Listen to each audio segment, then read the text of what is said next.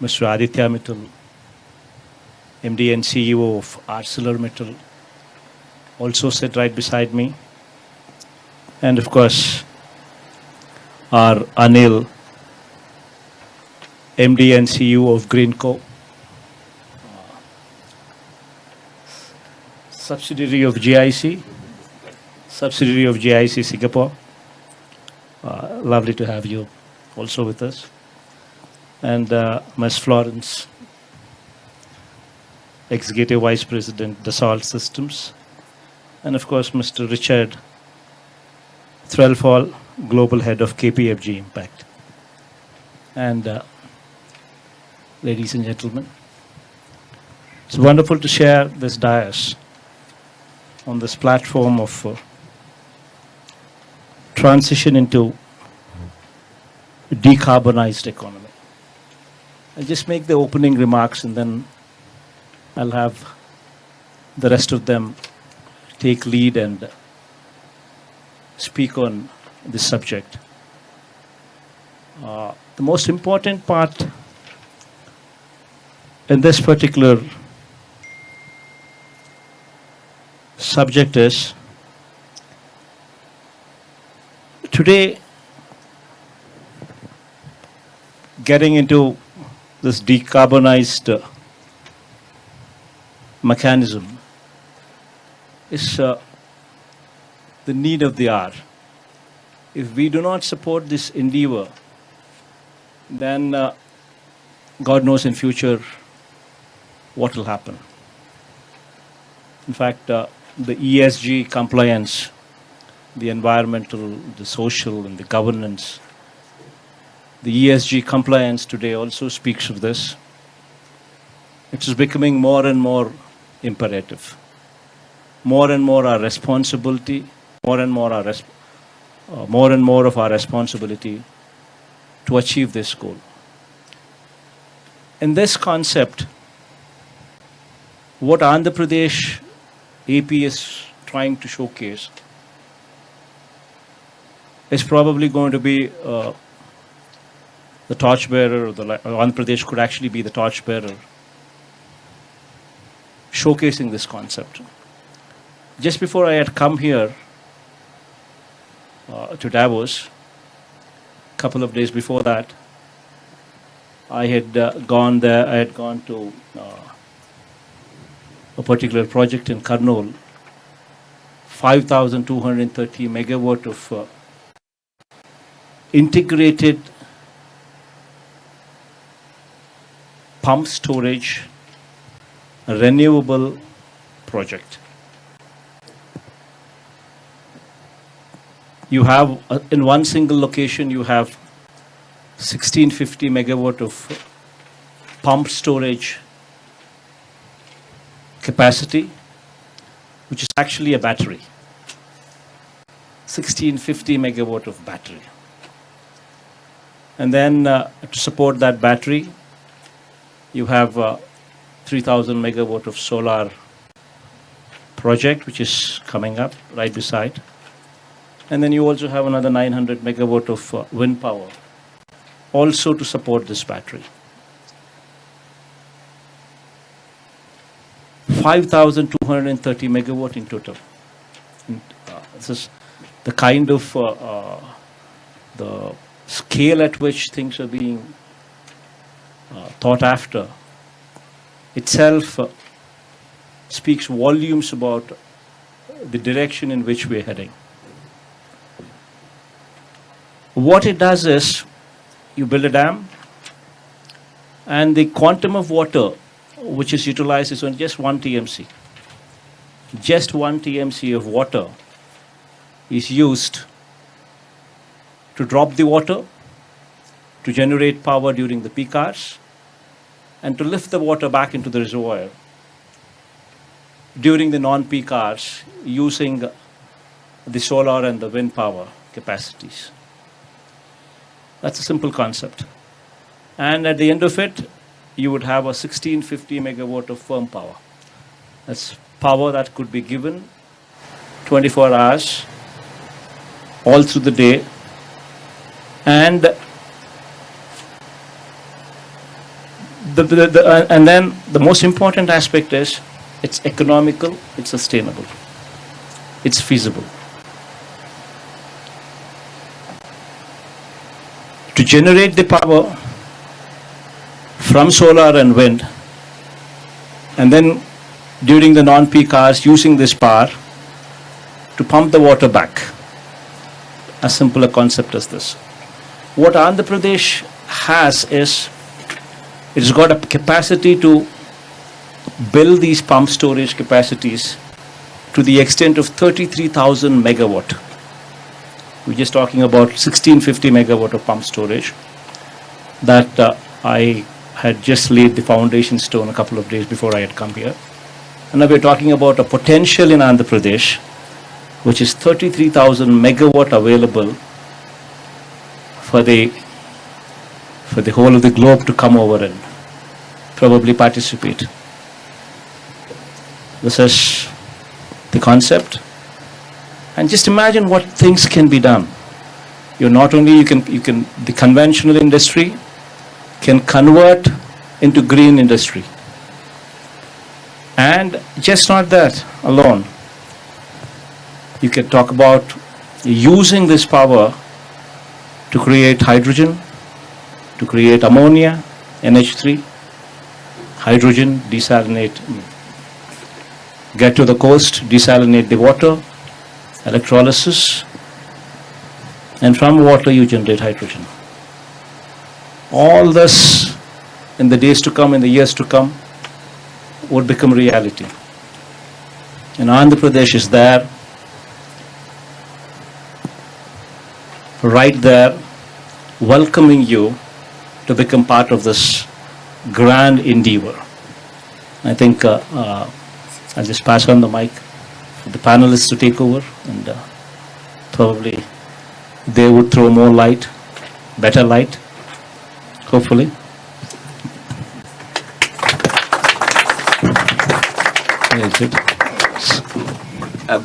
Thank you very much, sir. May I just invite us all to just concentrate our minds for a moment.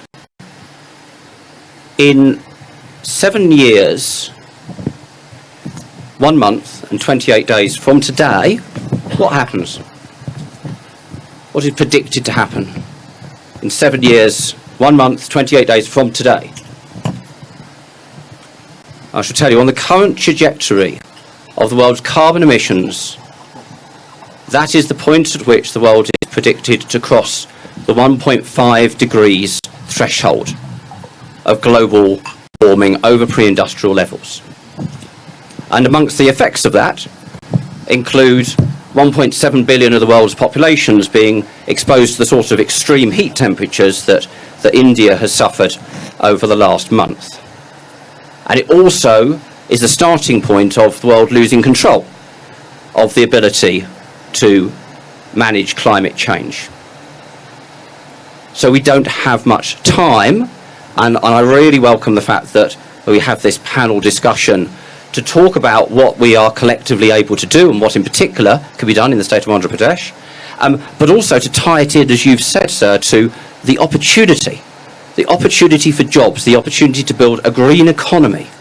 And therefore it is something that, whilst maybe the end point could scare us if we don't act, in the meantime I think we should be super excited about what we can achieve.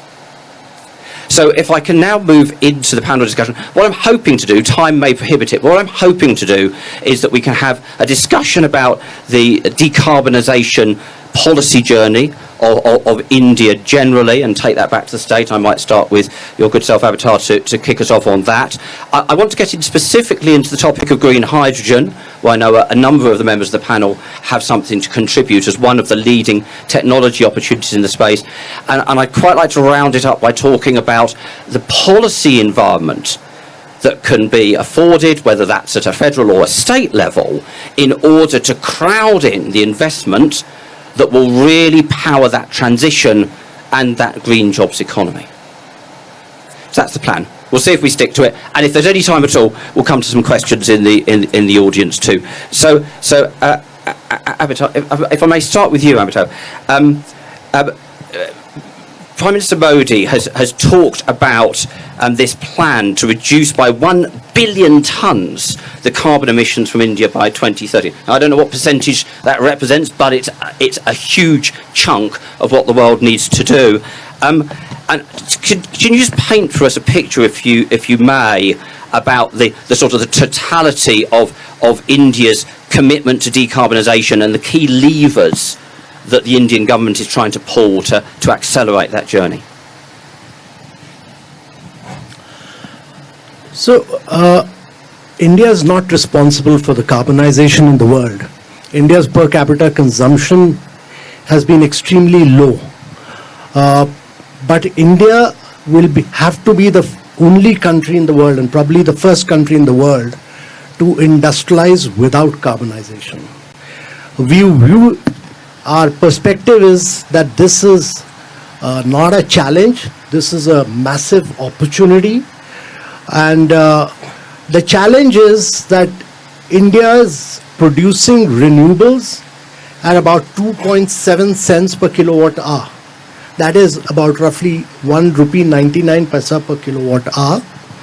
It is the only country in the world which has met its NDC targets, which were committed at COP21. None of the G20 countries achieved it other than India. The challenge is that India must bring down the cost of renewable from 2.7 cents per kilowatt hour to almost its half, that is 1.35 cents per kilowatt hour. Then crack water, produce green hydrogen, and become the center of the world for green hydrogen. The cost of green hydrogen is roughly around $4 to $4.25 per kilogram. Our challenge is to bring it down to about roughly $2.25 to $2.5 per kilogram by 2025 and bring it down to $1 per kilogram by 2030. This would mean that you keep enhancing your renewables to massive scales at lower prices, because in the cost of green hydrogen, 70% is renewable, 10% is the cost of electrolyzer, 20% is the balance of plant. Therefore, if you keep doing renewables, you will end up with the duck curve, which is what California faced. Its power grid could not manage so much of renewables.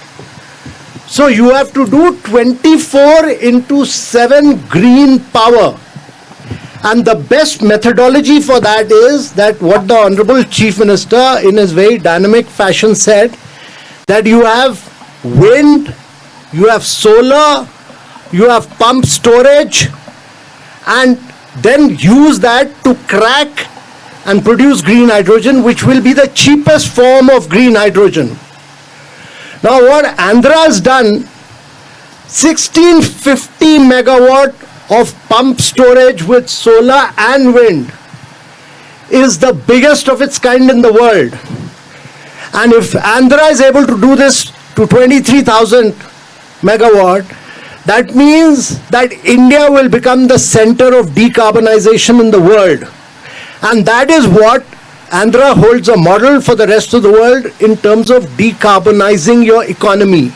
Decarbonization cannot happen with just electric mobility.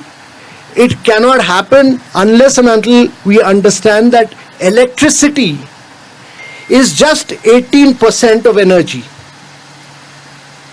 82% of energy is hard to abate sectors. It's refinery, it's steel plants, it's fertilizer, it's long distance transport. They cannot run on electricity. If it's renewable energy, they can't run on electricity. They run on, grey hydrogen, or they run on fossil fuels, or they run on coal. So you have to make 82% of your energy, which is hard to abate sector, green. And the hard to abate sector can only be made green with green hydrogen. And that is the challenge before the world. Well, what has the International Shipping Organization said? 50% of shipping must go green. What has Japan said?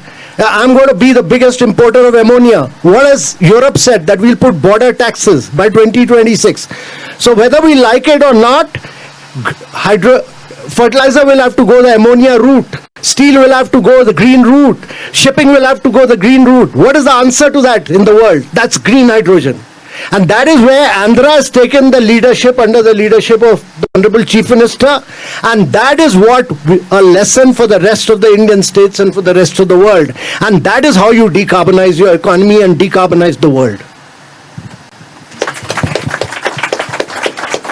Amitabh, well said, very powerfully said, and I completely agree. This is on behalf not just of the state and India, but for the world, because that green hydrogen economy is a critical part of it, and we'll circle back to that. But you just described steel as one of the hard-to-abate sectors, so it's rather fortunate that we have a spokesperson for the world's most successful steel as well as mining industry.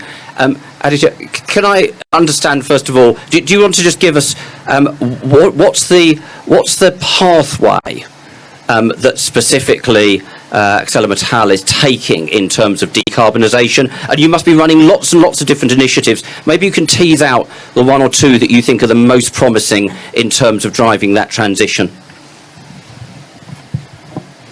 Sure, thank you. Good afternoon, everyone. Thank you to the Honourable Chief Minister here for having us. Thank you, Amitabh, for all your comments and your passion. It's clearly infectious. So maybe I'll start with the bad news. Amitabh alluded to it, but steel is responsible for 8% of global CO2 emissions. So it's massive. I mean, 8% is huge, right? We're not talking about 1 or 2, but 8% of global emissions. The not so bad news, and I'm not at all biased, steel is still a wonderful material because it is infinitely recyclable. There is no other material that can be recycled into perpetuity. You will never find steel in the oceans. And steel, in spite of being responsible for 8% of global emissions, has on a per ton basis the lowest carbon footprint, because it requires actually, relative to aluminium or carbon fiber or anything you'd come up with, much lower energy to make steel. And so that's why I said it's a wonderful material. And so 8%, why? If it's low carbon, it's just because so much of steel is used. So much of steel is used in anything you see, whether it's your car or this building or your washing machine or even your champagne bottle, the cork is made from wire of steel. The good news is that steel has a way to decarbonize, and we can make green steel. And at ArcelorMittal, we're selling green steel as of today. We're selling about 60,000 tons of green steel in Europe. In the next 2 years, we'll hit 600,000 tons of green steel. And how do we do it? Well, fundamentally, you change your coal-based process, because steel originally was made from coal. And as we have heard today, you substitute gas. So you can start with natural gas, which dramatically reduces your carbon emissions. And when hydrogen is affordable and available, you bring in hydrogen. So that's fundamentally how the process will evolve. So the good news is that we can actually still make the same quality of steel, maybe depending on if we get hydrogen at $1.50, at the same cost, green steel using hydrogen instead of coal. So it's a huge opportunity, right? It's a huge opportunity for providers of renewable power to make the hydrogen electrolyzers, a huge opportunity for the global steel industry to actually decarbonize.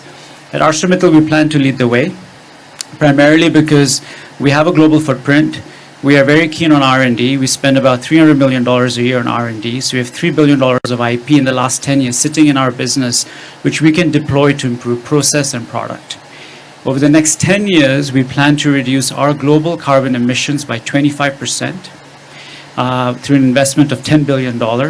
And primarily it's utilizing all of these things that we have spoken about, i.e. renewable power, funding electric furnaces, setting up DRI facilities, which first use natural gas and then hydrogen. So we have plans in different parts of the world to achieve this. Coming to Andhra. So we have made a significant investment in Andhra Pradesh. We have partnered with Anil at Greenco to invest in our first global renewable project. And I think that is the key message. ArcelorMittal operates in 27 countries, and we have chosen the state of Andhra Pradesh for our first renewable project. For many reasons, I think you've heard a lot today. It's really a force in creating a friendly business environment. But I think also the vision of having direct pumped hydro storage. I had a chance to visit Kurnool, and it's very impressive what is happening down there. I think I urge all of you to visit and see really what is happening on the ground in Andhra Pradesh. And just going there, you feel the energy, the dynamism. And so our first renewable project, it's a 4,500 crore investment, $650 million, 250 megawatts of 24-hour round-the-clock power. Why is that interesting?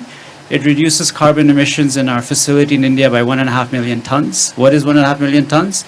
It's 350,000 cars off the road. Okay? So it's real direct, it's immediate impact, it's interesting for the business to do. We plan to double it. I'm very excited by my meeting this afternoon, and on just seeing the progress that we have made. We plan to double that investment. We'll probably finalize that decision in the next few months. And as we get more and more renewable power, 33,000 megawatts, we can move into hydrogen.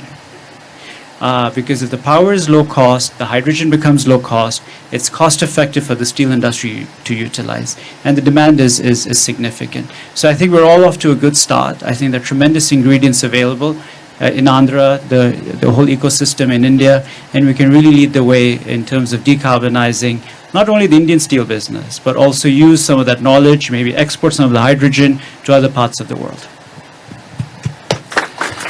Aditya, thank you very, very much indeed. This takes us logically to you, because the story we've just heard is that renewable energy is the underpinning of so much else. We need renewable energy for the direct drawing of electricity in order to be able to transition away from coal and gas power stations, but we also need it to be able to convert to hydrogen, which then becomes a storage mechanism, which is critically important to be able to overcome intermittency in renewable assets. And then we need it, for example, to create ammonia, which then drives the fertilizer industry, which goes into agriculture and shipping and so on. So it's all underpinned by the very thing that Greenco is investing in. So tell us what you are going to do to help save the world. Thanks, Richard, and good afternoon, everyone, ladies and gentlemen. I would say we are a little over a decade-old company as a Greenco. We had a very modest start. From the day one onwards, we have always been trying to develop renewables with the grid parity, and we always came up with some innovative thought process. How do we make the energy available at the right pricing, right location, and how do we move this green electron? To start with, initially says we had a small hydros which we built in a cascading manner, which made the whole hydro energy available much cheaper at the time comparing to thermals. And later we developed a large scale wind farms and brought down the actually in GEs and Gameshas to do them the localization, and created in long distance transmission lines to unlock the medium wind speed sites, and made sure that we gave a long-term agreements to the GEs and Gameshas and made them to manufacture in India and bring them to the lower costs. Later stage, we developed a hybrid wind and solar sites to unlock the better value creation and brought down the price of the hybrid renewables sub 4 rupee levels and 3 rupee levels down the line. Understanding the whole energy available at such a low cost, how do we make them available round the clock and make them to be in journeying towards peak hour management? That's when we were able to unlock this hydro pump storages. And thanks to the Government of India and Government of Andhra Pradesh under the leadership of Honorable Chief Minister, we were able to successfully unlock the whole challenges we had to start developing the whole project. I'd say that's fair. Thanks a lot. And thank you very much indeed. So Florence, Dassault Systems is a leading software business, and a huge amount of your design and manufacturing software goes into the sorts of industries that we're talking about here. How do you see this from your perspective? I also know you're very active in the state. Definitely, and thank you very much, Mr. Chief Minister, for inviting me to this panel. What do we do at Dassault Systèmes? We are basically a software company that is doing virtual twin.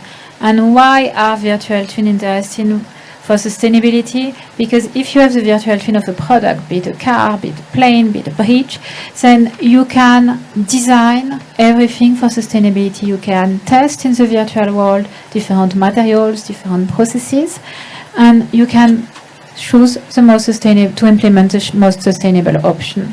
In the beginning of last year, we released a study with Accenture that shows that if we apply virtual twin to 5 use cases in car, high-tech, pharmaceutical industry, consumer good, and transportation, then we could save 7.5 gigaton of CO2 by 2030, which is the equivalent of 1 year of emission of the transportation industry. So it's big.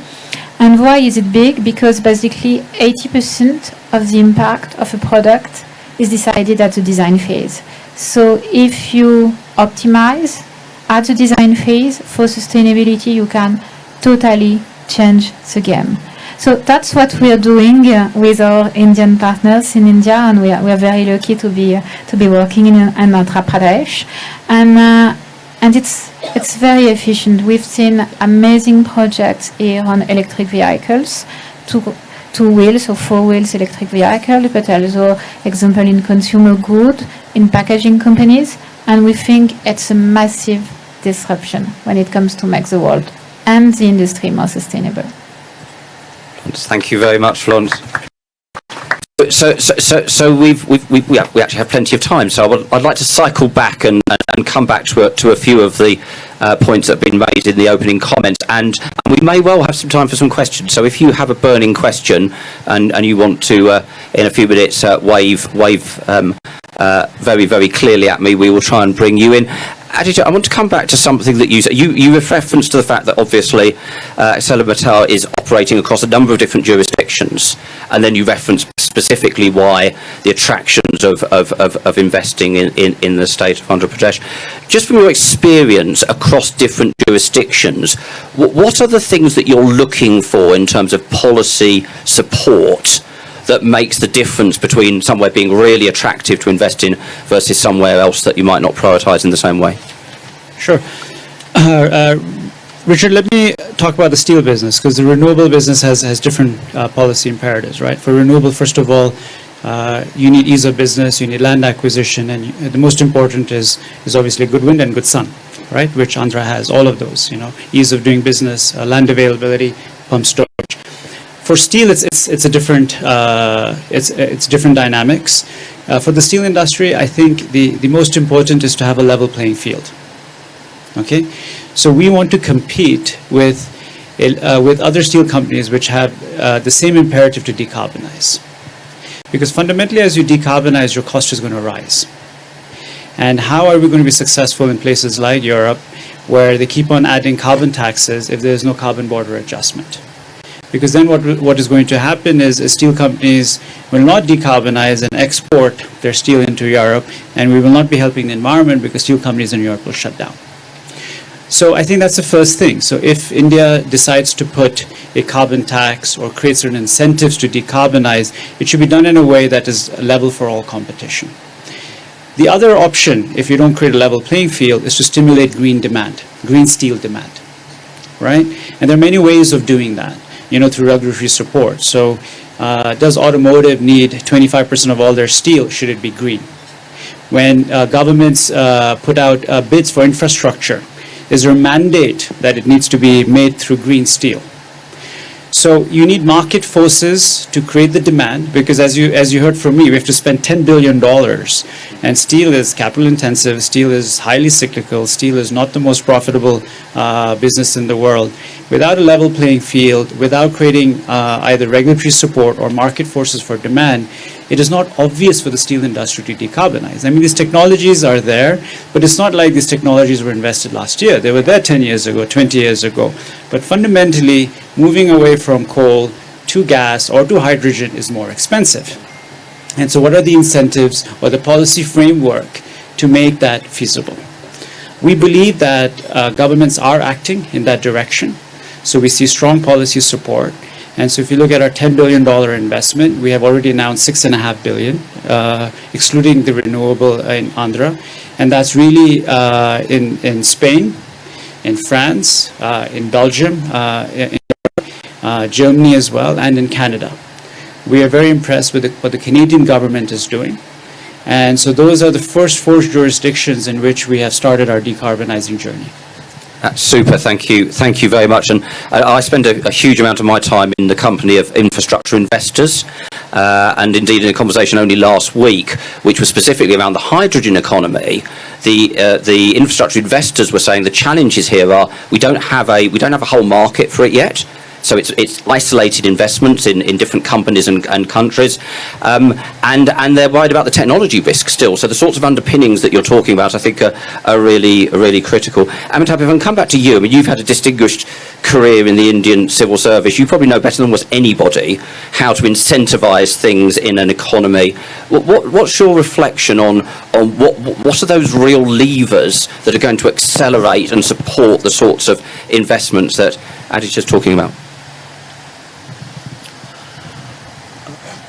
So my belief is that companies which do not go digital, which do not go green, will find it very difficult to survive beyond 2026.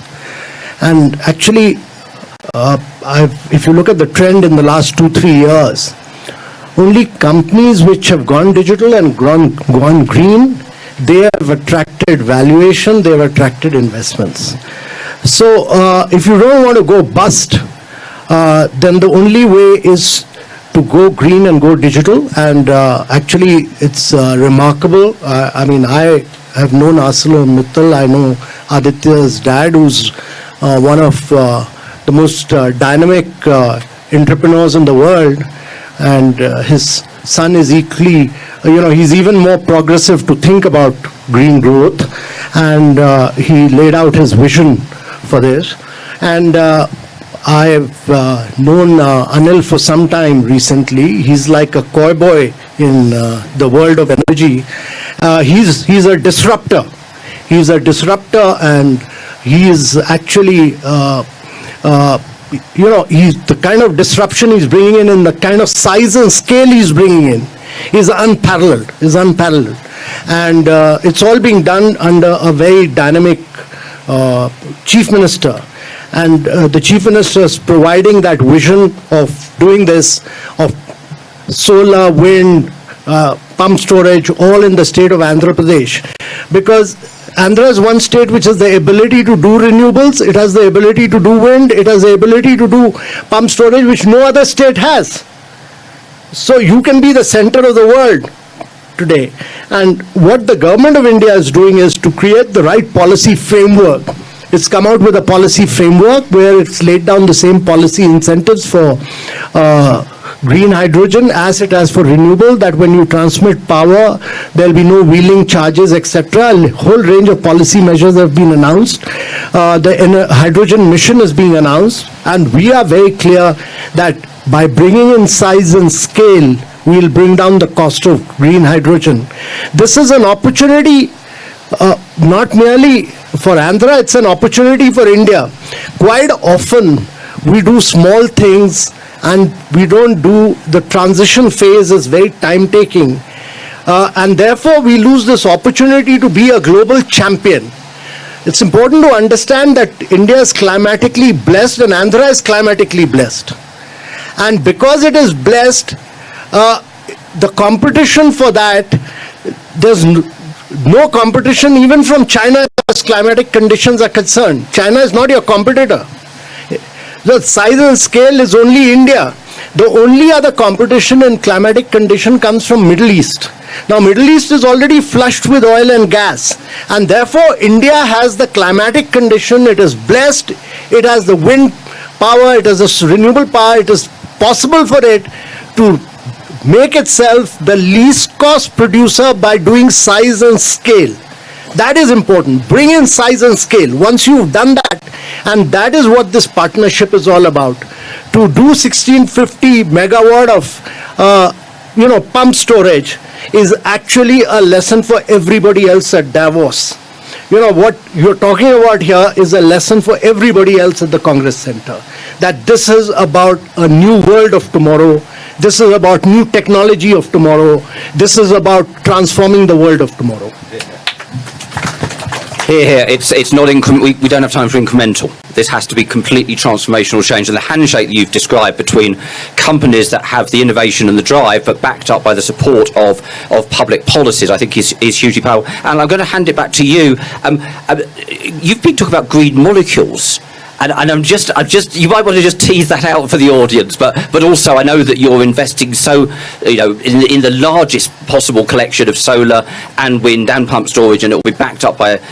Just talk to us about that particular reason to again invest in the state of Andhra Pradesh. But what's the green molecule piece? Just to start with. Even backdrop, sir, while whole India is well blessed with the climatic conditions for renewables, Andhra is especially blessed with an plateau terrain hilltops within Eastern Ghats and having combination of two river basins, Krishna and Godavari river basin, and having well integrated, well irrigation systems that enables towards developing such a large scale pump storage systems around in Andhra. And integrating these, I keep saying that at Greenco, our focus is how do we want to treat your green electron, and how low cost and how do we make it more effective to making it moving from right from into the bulbs, into the wheels, into the chemicals. How do we make this green electron to move its journey is what we are trying to specialize ourselves and put our innovations in and around storage technologies, digitalization, and bringing AI towards and forecasting towards the right energy availabilities and matching with the grid demand systems. That was actually triggered us towards creating this hydrogen, green hydrogen through electrolyzer process. We partnered with one of the Belgium's a company called John Crocker to develop a 2 gigawatt scale of an electrolyzer manufacturing to enable towards a large scale green transition.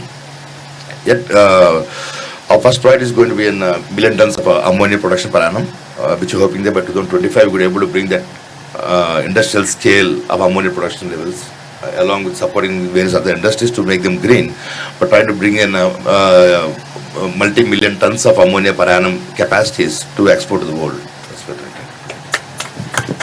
Thank you. Florence, back to you finally before I open it up for any questions from the audience. I hope that we'll have at least one or two. We can't do this incrementally. We have to do it by system change, which you've spoken about, so we have to do it by giant leaps, if you like. Are there any particular examples that you can see in the world of technology and software which you think really have that power to drive that level of change? Yes, definitely. And thank you very much for the question. And I agree with you, sir. If you want to go green, you have to go digital. And that's what we are doing at Dassault Systèmes. So basically we think, as I said, that virtual twin are a very, very powerful tool in order to make companies and businesses digital. For example, we partnered with a company called Metsaboard. What are they doing, Metsaboard? They are going packaging. And thanks to the virtual twin of their packaging, they were able to become carbon neutral just by optimizing their packaging from the design phase to the sustainable phase to the sustainable supply chain. So that's very powerful. And it's also very powerful in other industry like construction. You perhaps know that construction industry and buildings, they represent 30% of the emission of the electricity. So if you optimize the virtual twin of your building, then you can take giant leaps when it comes to the sustainability of your building, and you can save up to 70% of the energy consumption of the buildings. And this is also something we are doing in partnership with companies like Bouygues Construction, where they basically use virtual twin of their construction, be it a bridge or a building, to optimize everything and also optimize the way they are going to build the infrastructure with a minimum of materials, a minimum of supply chain included, so it's minimum of carbon emission at the same time. And I also think that virtual twin can be super powerful when it comes to include renewable in a territory, because it's not so easy to include renewable. Of course, you have solar and wind, but you also have renewable, battery stored thanks to that can be done. But you have this system to work all together, and we are doing with some very important energy provider, virtual twin of the system of a territory, in order to make sure that with the increase of charging station, with the increase of electricity need in the territory, plus the increase of renewable, you still always have the electricity at the right time for every stakeholders at the territory. And if you do that at the scale of the virtual twin of your territory, you can run thousands of scenarios to make sure that it's always working. So I think these are giant steps when it comes to optimize everything and making a territory more sustainable. Florence, thank you very much indeed. We do have time for a question. Has anybody got a burning question they'd like to ask this part? You, sir, right at the back. And if you can keep it really succinct in terms of your question, that would be super helpful. Thank you very much, Richard. Firstly, may I congratulate GreenCo for an innovative project that you came up with. And thank you, CM, sir, for coming up and encouraging this thing to decarbonize in the state. I'm Aryan Uday, a councillor of Kensington and Chelsea, London. Mr. Mittal, you're one of my constituents, so this is more related to me. I know I was born in Andhra Pradesh. I just want to really request the government and Amitabhji to advise the national government not to put more carbon tax on companies that what Mr. Aditya has just raised, because that put more pressure on the companies in terms of running their finances. I sit on the London ULEZ low carbon emission zone, and we've put more taxes on cars that run on diesel vehicles. Nothing much we have achieved, but rather than giving more incentives to companies that could operate and come up with innovative ideas so that gradually they would transition to a decarbonized economy and help more companies produce decarbonized products. So I request the Chief Minister of Andhra Pradesh to please consider that, and also Amitabhji to advise the Indian government on that. And thank you, Mr. Mishra, for your thing. And GreenCo, Anil sir, thanks for such a great, amazing project. I'm sure this would showcase the entire world to come to Andhra Pradesh. Thank you very much. Thank you very much. And I think there was another hand that went up. Could this gentleman here, please? Thank you. Hi, this is Chandrasekhar. Just a quick question. It's really appreciable that you guys are doing this. One of the key things, I'm a part of the UK Telangana Chamber of Commerce, and we come across all this continuously. We've been conducting some similar sessions on that, and we've been asked same thing, that there is a bits and bobs everywhere happening in the world regarding the green revolution or carbon footprint, lowering the carbon footprint and everything. But the biggest problem we are seeing, or everybody's concern, is that, for example, they're producing electricity or they're doing the batteries and everything, but the byproducts which is happening, for example, on the electric vehicles, the battery which is expired after 5-6 years, it is actually neutralizing the carbon footprints which they saved it. So, for example, similar thing with the energy things. Once they produce the energy, the downstream, which is the byproducts of the energy supplied to the household or the factories and everything, I think that will, don't you think that will neutralize the carbon footprint which you saved? And what is the sort of, as a national level government or a state level government, Honorable Chief Minister, so do you have any sort of a global policy in your state, or do you have any recommendations throughout the India, where, as Richard said, that it cannot be done on the bits and balls, it has to be done as something like a COVID, which is a game changer for the whole thing. So is there anything, or anybody from the panel, do you have any suggestions that XYZ need to be done in order to actually make really sense carbon footprint or reducing these things? Anybody that would be really appreciable? Thank you. Thank you. Whether we can do justice to that in the time available, I'm not entirely sure, though I do think there's something really important about the data that gives the transparency that runs right the way through the supply chain, that allows you to really get underneath the question you've just asked about, whether some of the effects offset to some degree. But Richard, on this particular thing, let me answer. GreenCo, along with the Center of CMET, Government of India and Government of Telangana, we set up a new center for circular economy. We are developing a center where we could able to recycle the batteries and solar panels, and the institute has been established in Hyderabad, and this has been well established. We should visit it, and there's a lot of new things which have been getting done there. And So what I'm going to say is, this is in the electronic, but what happens with other sectors? For example, you're producing electricity, which is an amazing job, but the downstream producing that we have to do it in pretty much the sectors which is consuming the products. I will explain details. very quickly, and then I'd like to bring Amitabh in on the I first wanted question. to say, as you said, with the data, with the virtual twin of your battery, you can already plan for the circularity of your battery, the second life, the third life, the fourth life. And we're having more and more projects on batteries, just on that, on battery, but also on electric vehicle, where you want to recycle everything and circularize everything. Thank you. Amitabh, that first question, how much do you see this about change driven by incentives?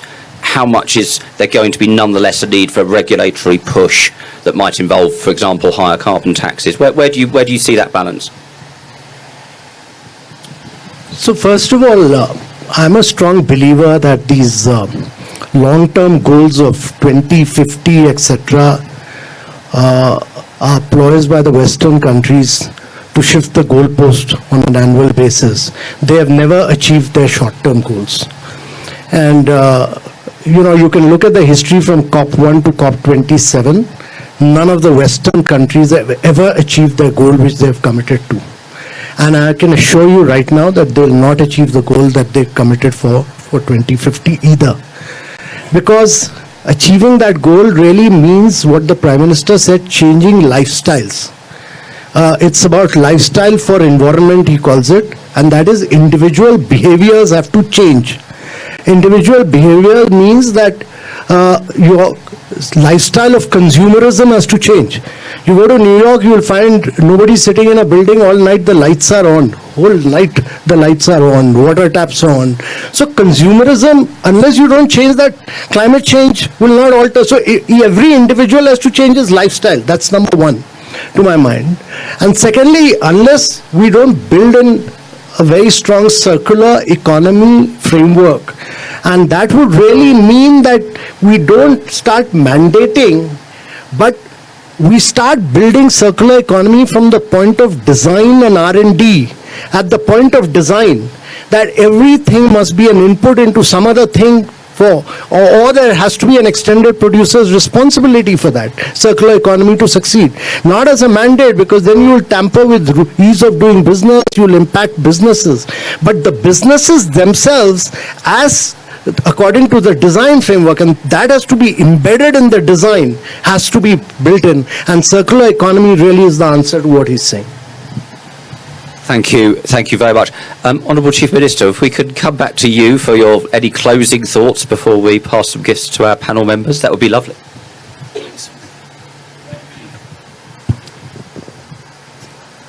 In fact, the very fact that we're having a big debate on this, the very fact that we've taken a few steps to address this issue, understanding and realizing that we need to address this issue and we need to decarbonize it, itself is a huge leap forward.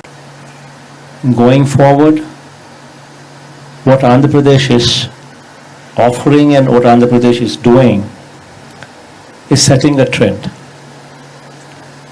One, it's showcasing a huge 5,350 megawatt integrated solar, wind and pump storage project together in one location. Itself is a huge showcase. And through this, and in this 1650 megawatt of pump storage, just imagine the size of the battery that we're talking about. And a battery without the ill effects of lithium or something else. Just the water to play around with. So this is something that is going to be the future for this entire globe. Now Andhra Pradesh is offering a huge opportunity where we're talking about just not 1650 megawatt that is coming up, but a potential for anybody who is interested to come and join the bandwagon. We have a potential of 33,000 megawatt available. So this is the closing remarks that Andhra Pradesh is welcoming you. And anybody who's got certain passion for environment, wanting to think big, Andhra Pradesh is the state. Thank you all. Thank you, sir. So before you all rush off, the Chief Minister is going to give some thank yous to the panel members, and then if you would just stay seated long enough to allow the panel to escape the room, that would be much appreciated. Thank you. And can I just say on my own behalf a big thank you to each of our panel members, as well as to you, sir. Thank you.